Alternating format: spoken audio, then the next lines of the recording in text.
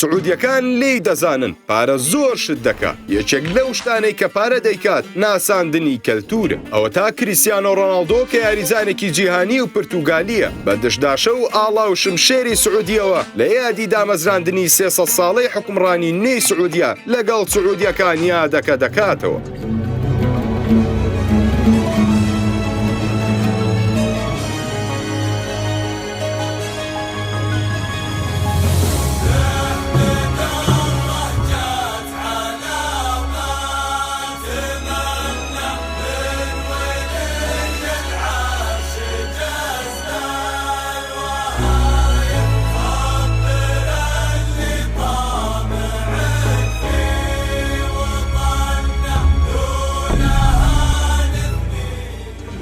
کریستیانۆ ڕۆناڵدۆ کە ڕۆشنی بۆ خولی سعودی دەنگۆی زۆری بە دوای خۆی داهێنا. ئێستا لە یادی 300 ساڵەی دامەزرانی دەوڵەتی سعودیا ئاهەنگیان لەگەڵ دەجێڕێ و ئەو یادەیان لەگەڵ دەکاتەوە بەبێەوەی هیچ پەیوەندێکی بۆ هەبێ کەواتە سعودیەکان باش لی دەزانن چی دەکەن. بەڵام پرسیارەکە ئەوێ ڕۆناڵدۆ بۆچی بەشداری لە پرسێکی وهادا دەکات کە هیچ پەیوەندیەکی بەوەوە نی. سعودیی نوێ لە ساڵی 1727 زاینی لەسەر دەستی محەممەد ئال سعود دامەزرا. لەم ڕۆژەدا پشووی ڕسمی ڕدەگەێنرێ لە تەواوی سعودیەدا. ناوی سعودیەش دەگەڕێتەوە بۆ خێزانی ئال سعود. ئەو ڕۆژە وەک جەژن سیر دەکرێت و چەندین چالاکی هونەری و کۆمەڵایەتی و جۆرا و جۆر ئەنجام دەدرێت. ئەو شوێنەی کە کەسێکی وەک دوایین پێغەمبەری ئیسلامی تیادا دەرکەوت و جەزیرەی عەرەبی ناسان بە دینێک ئێستا لە ڕووی پەیڕەوکارانەوە دووەم ئاینی جیهانە. لە ئێستاشدا بنەماڵەی ئال سعود بەرهەمی ئەو پێغەمبەرە دەخۆن. بۆنەی ئەمساڵ جیاوازیەکەی لەوەدایە کە سایەتێکی وەک کریستیانۆ ڕۆناڵدۆ لە یادەکەدا بەشدارە کە نازانرێ بۆ ئەو مەبەستە بە چ بڕەپارێک ئەو کارەی کردووە. ئەماش لەسەر حسابی کێ؟